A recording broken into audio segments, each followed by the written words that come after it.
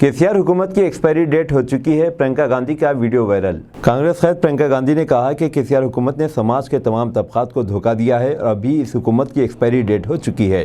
उन्होंने पालाकुर्ती में कांग्रेस के जलसे-आम से खिताब करते हुए कहा कि पार्टी फंड और तकर्रुरात के मामले में तवक्कुआत को पूरा करने के मकसद से अवाम ने BRS को मौका फराहम किया था, लेकिन हुकूमत ने इन तमाम को बाला-ए-ताक़ रख दिया है।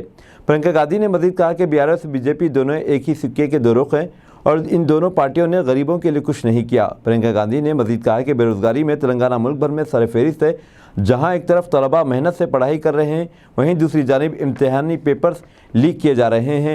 मुलाजिमतें ना मिलने की वजह से कई नौजवान खुदकशी जैसा इंतहाई इक़दाम करने पर मजबूर हैं। देखिए, हर स्तर पर, चाहे महिलाओं के साथ, किसानों के साथ, युवाओं के साथ, हर स्तर पर आपके साथ अन्याय हो रहा है। जो केसीआर जी की सरकार है, जो 10 सालों के लिए यहां चल रही है, उसकी एक्सपायरी डेट हो चुकी है।